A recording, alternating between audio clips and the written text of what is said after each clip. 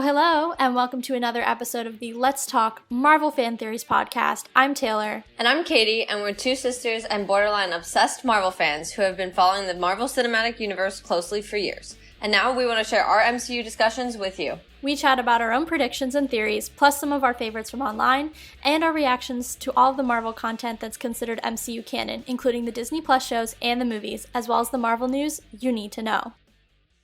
It's officially a wrap on 2021 MCU content. We had our last new content episode last week with Hawkeye episode 6, and now it is time for us to break down our favorite shows, movies, as well as chat a little bit about what we're excited about in 2022. Katie, do you want to start with shows? Yeah, so we're going to start with the shows that came out in 2021. This year, in general, we were definitely given a lot of content. 5 shows. Which is crazy. I keep forgetting about what if. So every time you keep saying 5, I'm like, what are you talking about? But yes, we were given 5 TV shows. So to start with the TV shows, we're going to give our rankings. And we're going to talk about why we're giving what we are giving our rankings. We have very differing opinions. We do. For different reasons. So I guess let's start with spot number 1 for the 5 shows. And I'll name them real quick. If you don't know them, but I'm going to name them real quick. Just as a recap, because I forgot one of them last week, so I keep totally fine. Well, I keep forgetting the 5th one because I keep forgetting that it counts as a show. WandaVision started off this year in January. Oh my gosh, was it January? It was in January. That feels like a fever dream. January. Then we had The Falcon and the Winter Soldier in March. Don't worry, I know that one. Then we had Loki in June. We had What If coming out in August. And then lastly, we wrapped up with Hawkeye, which began in November. Yes. So, personally, I'm going to start with my number 1 spot. I give it to Hawkeye. Agreed. Okay. That's one spot where we I do think agree. that's the only one we genuinely might agree on. I think we might also agree on 2. Okay, that's valid. I think 4 and 5 is where things get hairy for us. Yeah. That might start a fight. We may or may not have been arguing about this in a restaurant like an hour ago. So, obviously, I'll start with my reasons why I'm giving it to Hawkeye. For those of you who have been following Hawkeye and our episode-by-episode reactions to it, obviously, I mean, I gushed about the show. I think the only one I didn't love was the ending episode, just because I thought it was a little busy, in my opinion. And a little disappointing. I think my biggest complaint was just the busyness, personally. I just thought there was kind of a lot going on, a lot of storylines came out to be involved in it. So I thought the last episode was a little, just like I said, busy, but other than that, the show, I thought, in whole was perfect. Every character was brought in effectively. I thought everyone was played well, and there was, not that Marvel messes up casting, but I just thought it was really on par casting. So, I don't know, for the kind of show that it was going to be, I think that was the one show I really went into kind of like, because other than finding out later on that Yelena was going to be in it, I really was like, cool. Yeah. Hawkeye. Just because he's never been my, favorite from the OG6 Avenger. I mean, personally, I also liked it a lot because of the Nat relationship to it, because Natasha was my favorite Avenger of the OG6, so I like that, but yeah, that's why that takes number 1 spot for me. Yeah, I think for me, part of it is that it was the most surprising. So to your point, I also was least excited about Hawkeye. I was like, oh, so we're getting a whole show about Hawkeye. Not that I disliked him, but to your earlier point, of the OG6, he's the least compelling. And that's not due to Jeremy Renner's portrayal of the character. No, not at all. That's due to just unfortunate and just back burner writing for his character. Kate calls him branding issues. Yeah. I mean, I just think he's not written well in any of, he's not in comparison written to his comic book. Yeah. Yeah. He's not written that way. He's not given the same depth. He's not explored in the same way the other characters are. So I was like, all right. I'm not going to complain about content ever, but it's a passing of the torch, so that's going to be fine. And then it just blew me away. The first 2 episodes, I was like, oh my god, this is amazing. And then it continued, to your point again, up until episode 6. I'm very sad about what happened in episode 6. It was a little disappointing, to your point, a little busy. I thought it could have been executed a little better. But 1 through 5 were the most consistently fantastic episodes that Marvel has put out so far this year. So that's why it takes the top spot for me. Yeah. Well, then, number 2, which we apparently might agree on. I think we do. I think we probably do. For me, is WandaVision. Agreed. Okay. Okay, cool. So far, not an issue. The movies are going to be more interesting because I know but for different reasons, there's discrepancy in the movies. WandaVision for me, I think part of it is almost in a weird way now this nostalgic thing because it was our first show. And also our first time back since 2019. Yeah. Well, that's what I mean. It was like the first piece of content since Far From Home. Yes. I hate that. That messes me up. Please don't do that again, John Watts. Yeah, in the next trilogy. We're begging anyone you. who's been listening hears me mess up, especially when we were doing No Way Home. I said the wrong thing about like 17 times. But it was the first piece of content since Far From Home had come out in July of 2019. So, because they were already planning to do a break, and then COVID said, don't worry, we'll extend it. Yeah. But, so part of it is that nostalgic, like, it was the first piece of content, first show we ever got. On top of that, for me, I have a bias just because Wanda is one of my favorite characters and has been. I just love the Scarlet Witch in general and, like, seeing her come, like, I was screaming seeing her come into, like, being the Scarlet Witch. I thought this was another example of the first 8 episodes were really, really good, and I thought the 9th episode was, like, eh. Yeah. To end a series, I thought it was a little, like, yeah, okay, like, it wasn't great. I thought it could have really ended more, like, pow, kind of. So that's really why that one comes in second for me. I also was not really a big fan of the whole, like, Ralph Boner thing. Oh my god, I'm still bitter about it. Yeah.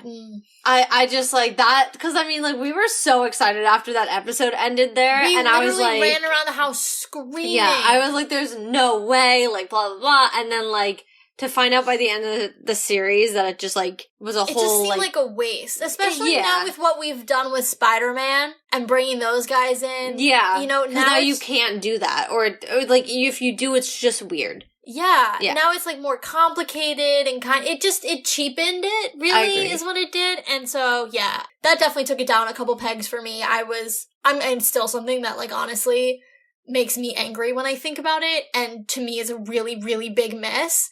And will forever taint the show in some ways for me. Well, especially because they were doing the multiverse stuff to come up. So I kind of thought that was weird that they decided to use Evan Peters as almost a red herring. Yeah, it was very odd. Yeah, I agree. did not enjoy it. So, like, that was kind of, that's what I think pushed that away from being number one for me.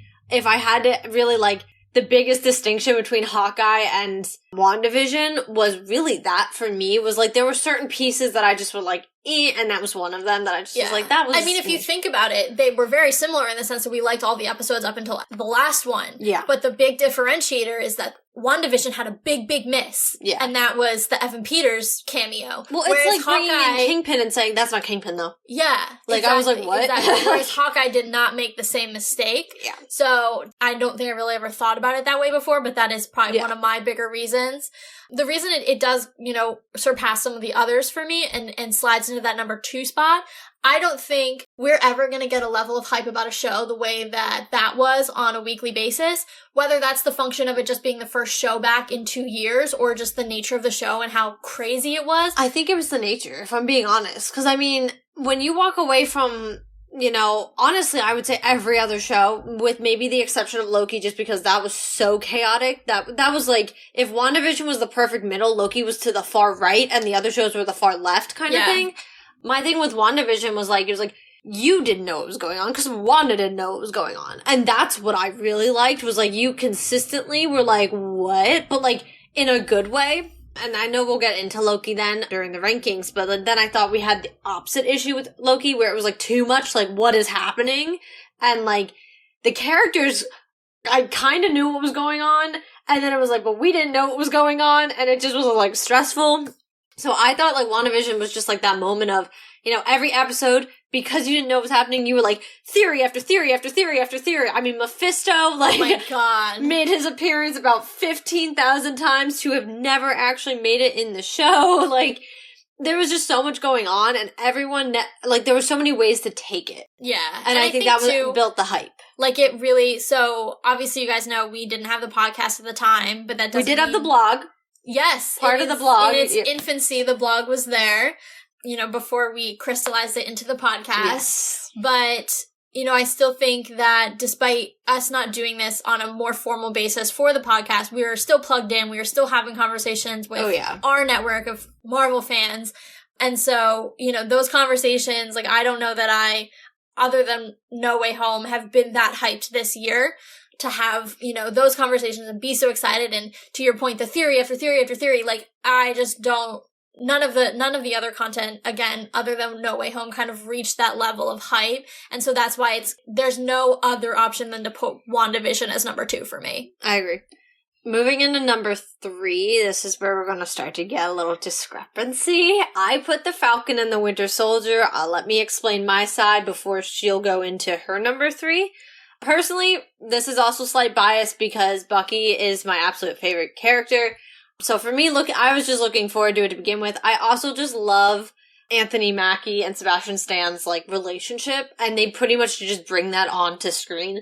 So I just was always looking forward to, and while watching the show, was just looking forward to their interactions the whole time. I liked it too because I liked the aspect of finishing that serum theory, or not, I shouldn't say theory, but like storyline, because we knew that they were taking blood from Steve. We knew that they probably were taking blood from Bucky. It makes sense to have had kind of a possibility of the super soldier serum out there. I liked this one too, which I think this is the reason a lot of people complain about it, but it kind of dealt with some more real life issues that I think a lot of people, some of them don't always like that when they like want to watch Marvel things, which I get it. You know, not everyone's cup of tea is to see what they already see outside their window. But I personally really liked it. I like seeing it play out. And I would say in a lot of different areas. Yeah. I mean, like even the villains, their whole thing was because of what happened with the blip. I think it was a good aspect of the blip. I liked seeing it. I liked seeing the outcome of it and what it caused and how hard it was. Because it's even mentioned in Far From Home. Aunt May's like, I came back into my apartment and the family living there was so shocked. And it's just like a throwaway line while this entire show highlighted how important that was. I think, sorry, I just want to say something off of what you were saying. What we saw in Far From Home and WandaVision was the personal repercussions of the blip, right? Yeah. You saw, or the battle against Thanos, that kind of whole storyline. You saw, obviously, the death of Tony and how it affected Peter. To your point, May's throwaway line, and then Wanda's motivation in WandaVision is her reaction to the loss of the love of her life in Vision. Those are very personal consequences and very personal outcomes. But for the first time, what we saw in Falcon and the Winter Soldier was on a global scale. How was the world different during the blip, and how was it then, put back on its head when everyone came back? Exactly. And to your point, I really liked that as well. Well, and then I have to say, while maybe the first 5 episodes, not all of them were the strongest, I have to say, as much as we hated John Walker, the point was to hate John Walker, and I loved that. And I like that we're now going to see him as a U.S. agent. I think that's perfect. I think Wyatt Russell did a really good job. Yeah, I mean, like, it's exactly what, like, I think out of all the shows, it gave us the biggest shock factor. I mean, I don't think you can ever sit there and, when I think of the Falcon and the Winter Soldier, the blood on the shield. Yeah, I genuinely, that is what that picture of him when it's, like, the camera's underneath him, and he's standing with the blood of the man that he just killed with the Captain America shield. And then at the very beginning of the next episode, when Sam is wiping the blood off with his bare hands. Yeah. Those 2 shots in tandem will forever be how people remember that show. Exactly. Yeah. And I just, for me, I thought it was like I truly thought it was great. I thought there were a lot of mixes of really good humor because that brings in Anthony Mackie and Sebastian Stan. Not only their relationship, but just the way Seb plays Bucky. Like, I just think of just so straight, but then he's like a straight shooter, but then he's also like so dry. I just think of when John is fighting the and he's like, "You're looking good, John," and I just am like, so sarcastic. Yeah, like it's like a perfect one-liner kind of thing. So, I like it for that. And lastly, I have to say, out of all of them, I think the show gave us the strongest final episode. I mean, that episode had us all over the place. We were screaming, like, I literally was I think we were just saying this in another episode, I was throwing myself off a chair because I was when just like... When Sam crashed through that window in that suit, I think I had an out-of-body experience. Yeah, like, everything was going perfect. Like, it was a perfect ending to that show. And so, that for me is why I put that one at number 3. So... this is where we do diverge a little bit. I'm not gonna lie, for me, the 3 spot is hard because I like the Falcon and the Winter Soldier, and I like Loki, and I like him for different reasons. Yeah. So, I tweeted this, so I'm gonna stick with what I tweeted before. Loki in the 3 spot for me. As Katie's mentioned many times, I love Tom Hiddleston. So the same reason she's a little biased about the Falcon and the Winter Soldier, that's what gets it for me for Loki. Because, you know, when you see lists of some of the best cast roles of all time, Tom makes that list every time. And there's a reason for that, because he gets the character. So I love that.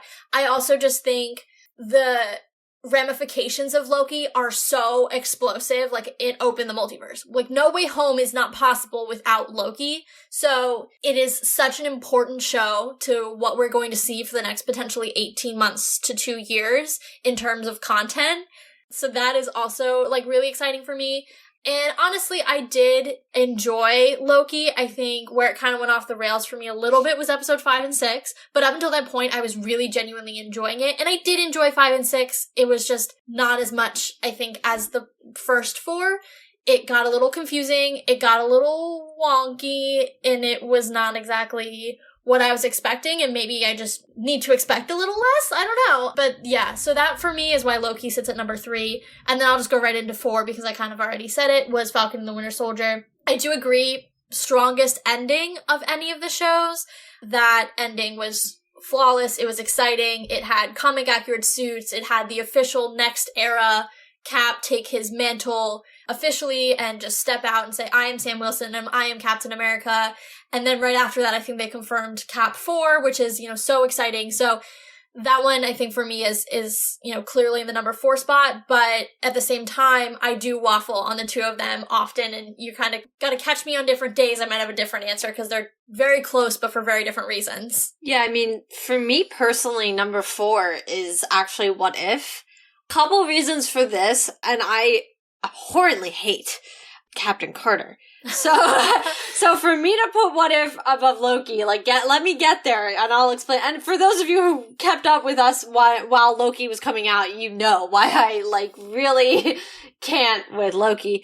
I like the premise of What If. I like the idea of seeing how one small thing truly could have changed so much. The zombie episode, I know I've said that already, it was so good. And I just liked being able to see, and I know it was animated, but I like being able to see some of the characters that maybe have been playing side characters or have been always the, like, kind of their characters.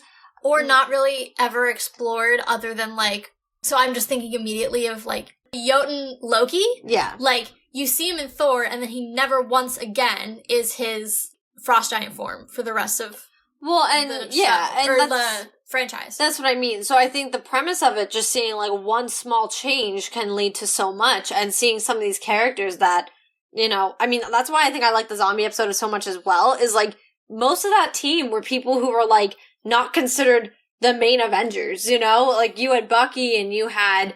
the Wasp. Yeah, well, I was also going to say Ant-Man, but he was, like, he's kind of head, so I don't know if he was, like... Oh, yeah, I forgot about that. But, like, you had Peter, who was still at the time, like, because obviously that was before No Way Home, coming into, like, still being kind of just there, because he was still, at the time, Iron Man's kind of dude.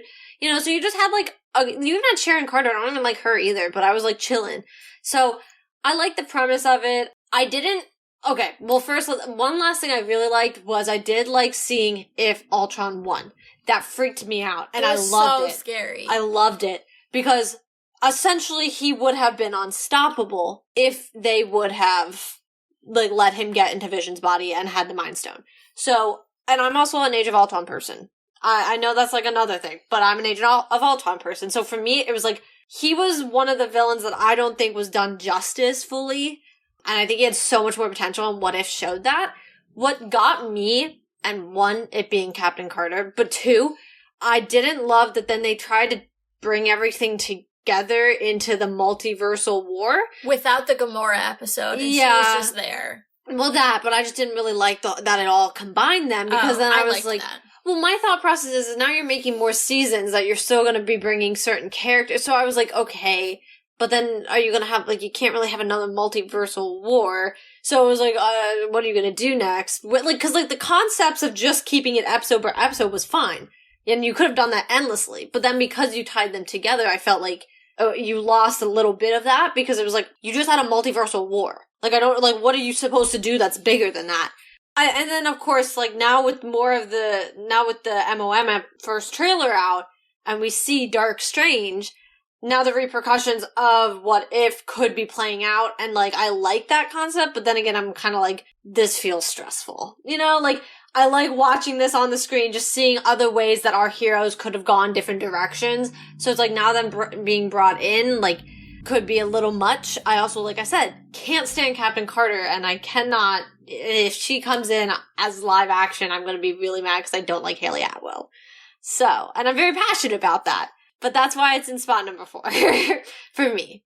All right, well, then I'm just going to quick finish up with my spot number 5, which is What If. I think for me, this was always going to be the last spot, unless Hawkeye was, like, really boring, which clearly it wasn't. If given the choice between live action and animation, I will pick live action every time. It is not a function of how much I liked the show or the storylines or any of that. It's just, for me, my preferred medium is to see my favorite actors on screen and not just their voices. So that's really why it just is always going to be behind the live action for me. I don't really need to expand upon that anymore. It's just a medium thing for me. All right, then I'm going to wrap up with my number 5, which is Loki. To give context, before Taylor was a big fan of Loki, I was always a very large fan of Loki.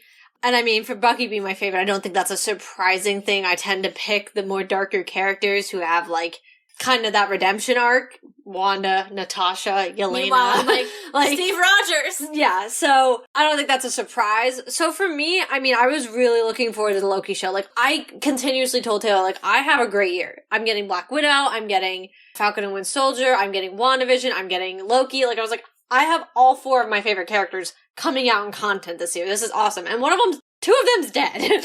So I was like, this is awesome.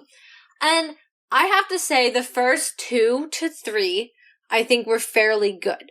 I was here for it, and I was looking forward to each show and each episode.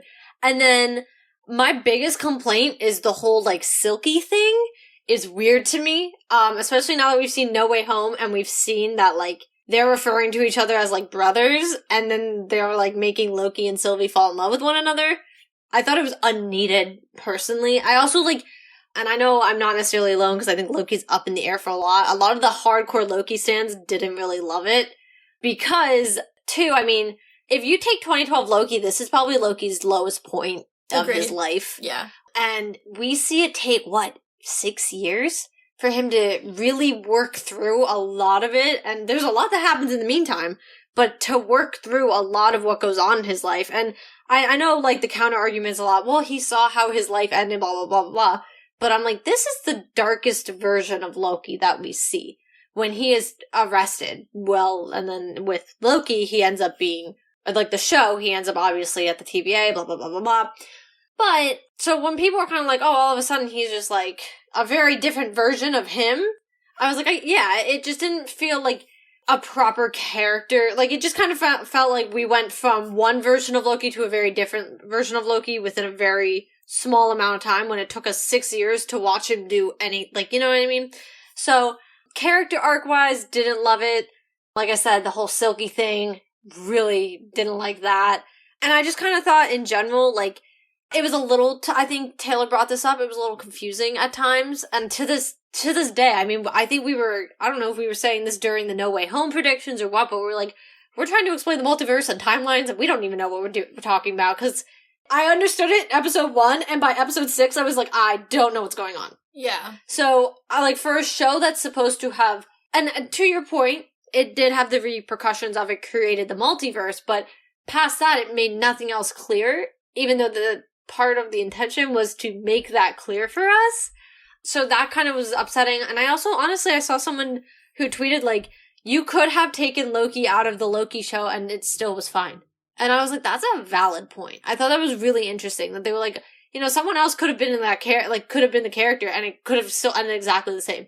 You could have put any other character as the variant that, you know what I mean? And I was like, no, you're true. Like, nothing about the show felt like it was just for Loki. So, I hope season 2 fixes that a little bit. I really do, because I love the character. I love Tom Hiddleston as the character, but it just, for me, felt pretty flat. And you know what's bad if I was putting it under What If, in my opinion. Like, you know, because I love What If, but to Taylor's point, live action always goes above everything for me, but I couldn't with the Loki show. All right, let's do a quick recap. I'm going to give my rankings and you'll give your rankings and we'll move on to the movies. So for me, number 1 was Hawkeye.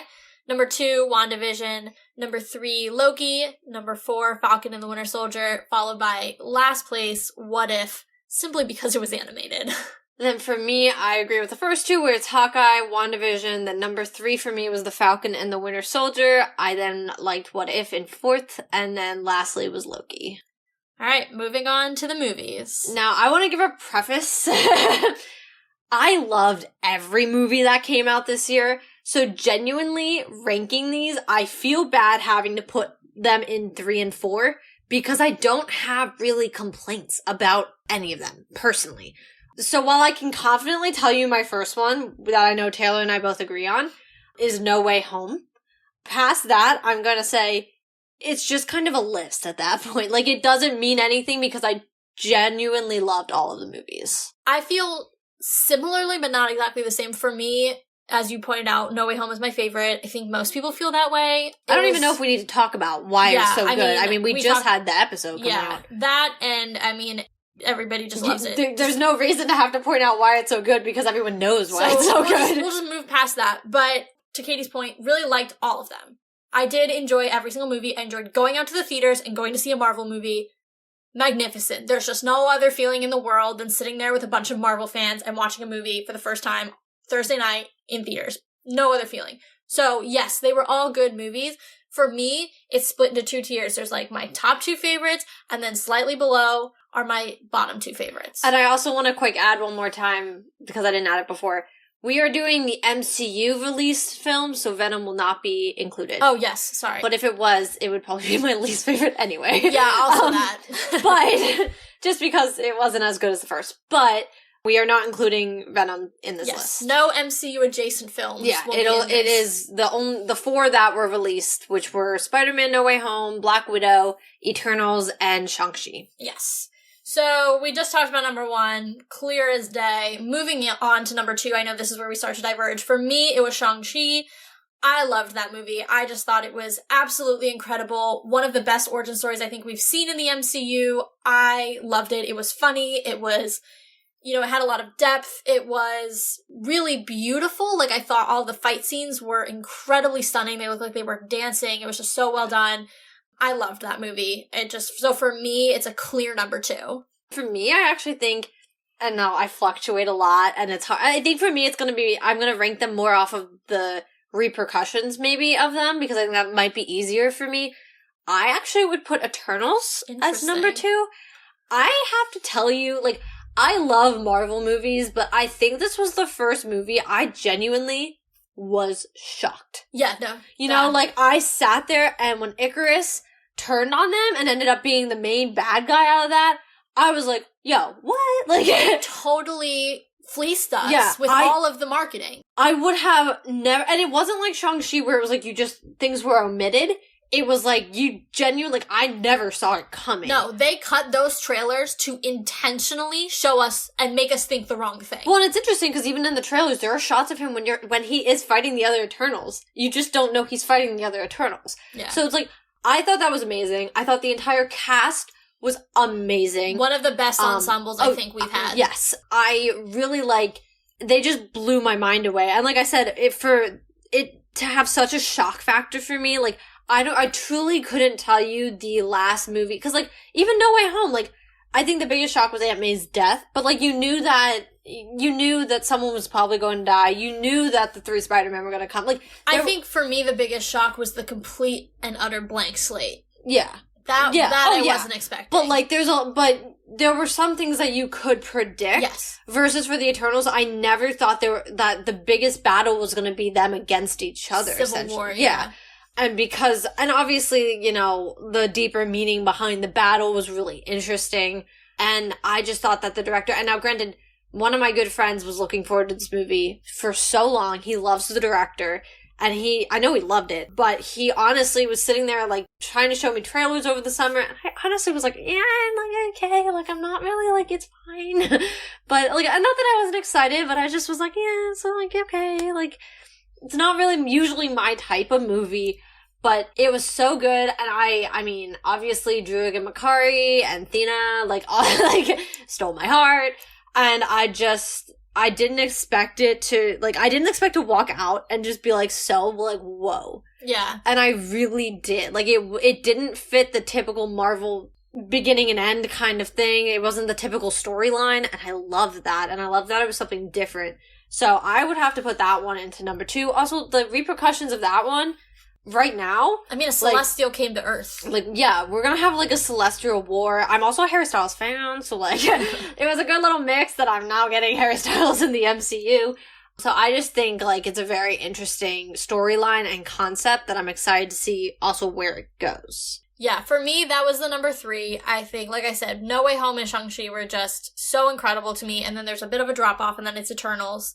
But for all of the reasons that you mentioned, I honestly kind of forgot about how big the twist was, I think. Oh, I literally went and saw it by myself, and I was sitting there, and I was jaw dropped. I was like, what? Yeah, I mean, at the time, I remember we talked about it in the reactions episode, but I think, you know, so much has happened since then. It feels like that movie came out 2 years ago. Yeah, so I'm actually glad you reminded me that movie was bonkers. Yeah. Because it was. So, yeah, that for me is the number 3 for all of the reasons that you said. And then, so for my number 3, well, this is hard, because like I said, I loved every movie that came out. I would have to be putting Shang-Chi at number 3. As a martial artist myself, I can really, like, respect everything that happened in that movie. I thought it was great. I thought Shang-Chi was the first real example of how they put us off with marketing sometimes. And so, I mean, I did not expect a whole dragon and a whole, like that there was intense. Yeah, there was so much going on in a good way. Yeah. And I really didn't know where it was going to be going. I just thought he was kind of going to be fighting his father for most of it. But another sympathetic villain. Yes. So I really, really liked that aspect of that. The fact that, you know, the father was not inherently trying, I mean, granted, he had like an organization that was questionable, but I didn't really expect that it was like not him purposely trying to be like a terrible person. He truly was like under a spell, essentially. Just wanted his wife. Yeah, exactly. And I don't know. I thought just the entire film itself was just well done. I thought everyone in it, I mean, Awkwafina and every time. Yeah, like steals the show. They just were hilarious to me. It was certain one-liners that you're just sitting there and you're like, oh my god, like their friendship is so funny. Like even on the plane when she's like, so you moved to America and you named yourself Sean, like you changed your name to Sean. She thought your dad wouldn't find you. I was like, well, also the return of the fake Mandarin, whose name currently escapes me. Yes, Trevor and Morris also took the entire show. I thought that was hilarious because they also bring up that not just him posing as a Mandarin, but the organ that like, oh, what's his face from the third Iron Man, who's the blonde dude who like turned Pepper into some heat issue thing. I don't even remember his name. Man. But yeah, I can like picture him, but I'm like, I don't know. But, like, he brings up, like, that they were having him play as, like, it was interesting. Yeah. And to finally see the 10 Rings is what the 10 Rings is. Yeah. And that kind of had a slight plot twist, too, with the sister possibly taking it over now. Yeah. So, I just thought the cast, everything about it was great. And honestly, then, I think that made it very clear what our number 4 is. Now, I want to say my reasons for Black Widow being number 4 first, because I know Taylor has negative reasons why it's number 4. For me, it's very different. As I said earlier, my Black Widow was my favorite Avenger from the get-go. So, before Wanda, before Bucky, before Loki, loved her. And I was really excited for this film, whether or not it was after her death or not. I was like, I'm excited to see it. I didn't know what it was necessarily going to be fully about because, you know, this was a time before, like, she partnered back up with Steve after she was on the run, so you didn't really know what to expect fully. I did not expect to...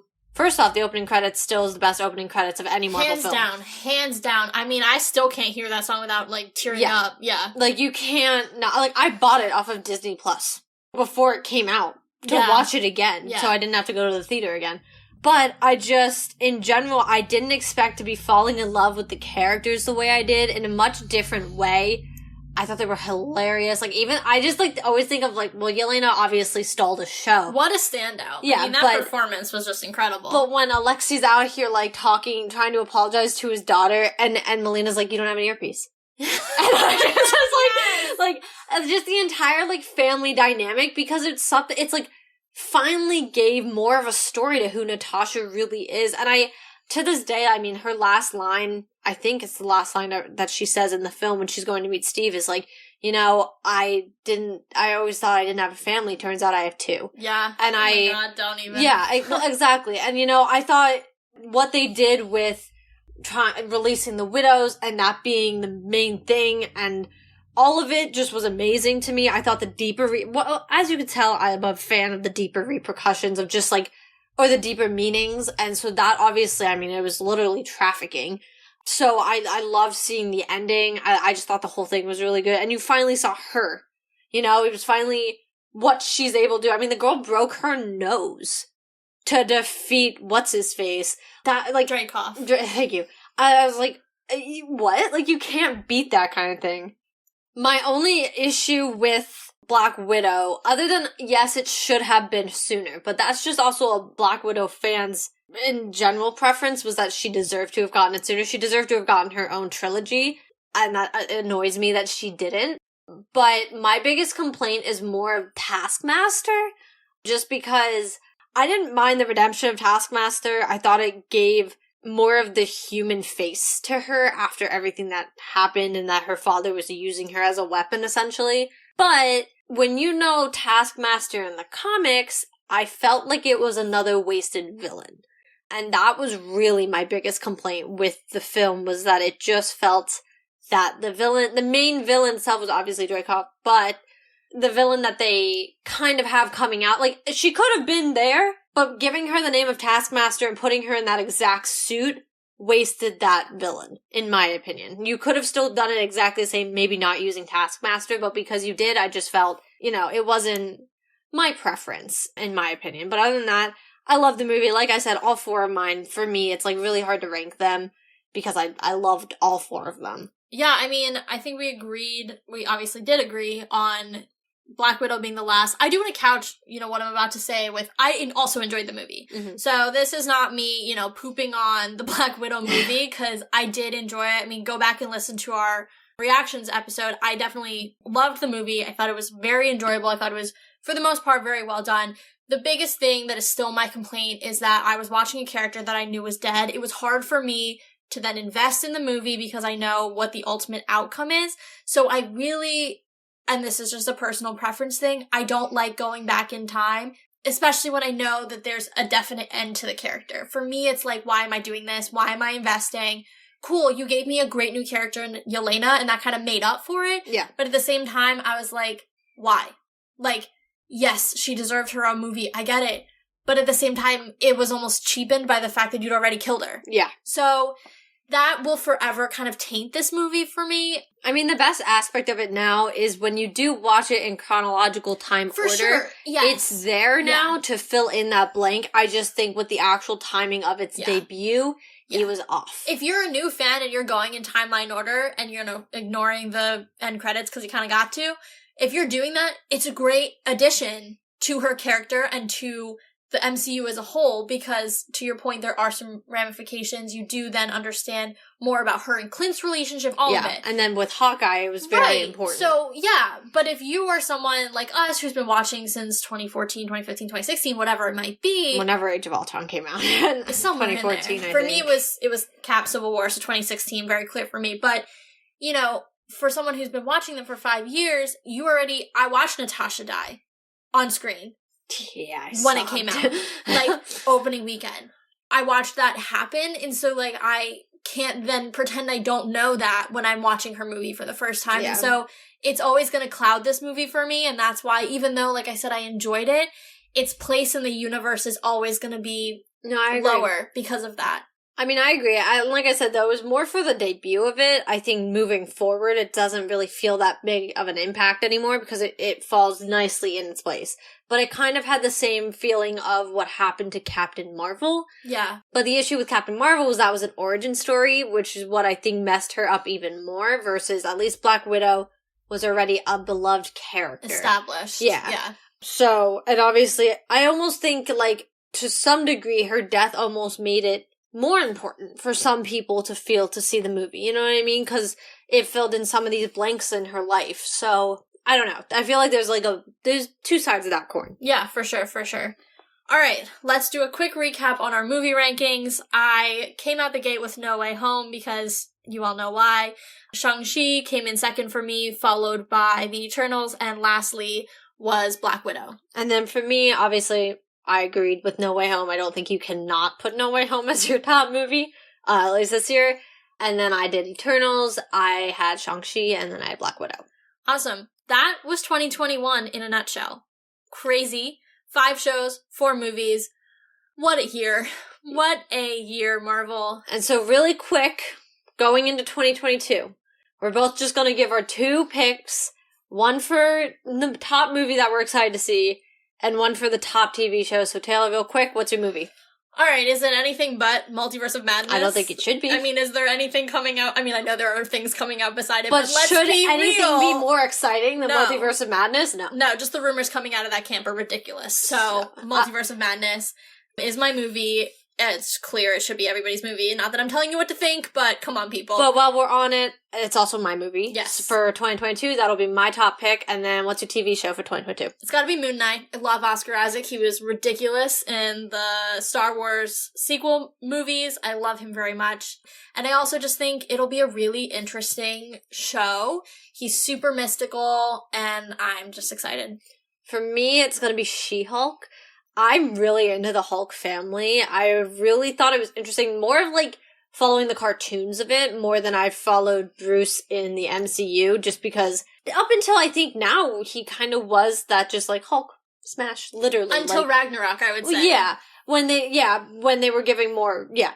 But I'm saying in the sense of like, he was just kind of always there. Yeah. They didn't really, even when they did try to give him death, they were like random one-liners. So it was like even when he was like talking about trying to kill himself, and it was like the most overlooked thing in the entire movie. Yeah, so, or when he was like, and I can't have kids. Like, it was just like random things that like, Bruce has major trauma, and nobody ever talks about it. Because the unfortunate thing is the Incredible Hulk really, because they never did it with Mark Ruffalo, and because it's one of the worst movies. So sorry, but it's true. It just screwed with the character, I think, and I think they were then worried to do more with him for the time being. So, I'm looking forward to She-Hulk, because, like I said, the Hulk family, obviously we're seeing Mark Ruffalo's Bruce Banner in it as well. So, I'm looking forward to that, because I also think we're going to be seeing more of the Hulk family coming about. Yes. I think it's also going to be really important for the Thunderbolts, because I would doubt that we're not going to see Red Hulk. So, well, that's what I mean. I'm expecting to see Red Hulk. We've seen Abomination and Shang-Chi, and I need more on that later. Yeah, please. Like, that was the weirdest cameo to have just put in there. But like I said, I'm expecting to see more of the Hulk family as we go about, so I'm ready to see the next step towards that. Awesome. Well, as we said, it's been a crazy good year to be a Marvel fan. I'm expecting a possibly even better 2022. Maybe a little less content, but still going to be a good year, especially when you compare it to the bleak and sad time that was our content list 2020. So go 2022. We're super excited. That is a wrap for us. It is, when you're listening to this, New Year's Eve. So this is our last episode for 2021, but fear not, we'll be back in 2022. Heck yeah. We've got a couple more Spider-Man episodes because there's still so much to talk about there. And then we're going right into Morbius time at the end of January. So a lot of good stuff coming your way for 2022. We're super excited to start the year with you guys, and just want to give you a quick shout out and thank you for hanging with us for the back half of the year. It's been super fun, and we hope you've enjoyed yourselves also. As always, if you are a fan of the show, please, please, please go ahead and subscribe if you haven't already on your platform of choice. Give us a rating or a review as well to help others find our show. Word of mouth also works, so if you've got some Marvel fans that you're friends with or that you know online, go ahead and recommend the show if you feel so inclined. We also have our wonderful, magnificent blog that Katie runs with some extra context and content for you guys. And last but not least, don't forget to check us out, Let's Talk MFT, and the link is also in the show notes where we have our playlist with all of the songs in the movies and shows on Spotify, as well as playlists for the different shows, and one big playlist that has all the episodes that talk about the movies. Yep, and then with the same username, Let's Talk MFT, go check out our Twitter. We share all of our content on there, so the links to the podcast and the links to the blog, once they go up, are always shared on there, so you can go one place, find it all. Also, we share our theories and retweet and like other theories and thoughts and Marvel news, so make sure that you are following that. And to wrap up this year, the great year of 2021 with all the content we got, Marvel just blew your mind, so let's talk about it.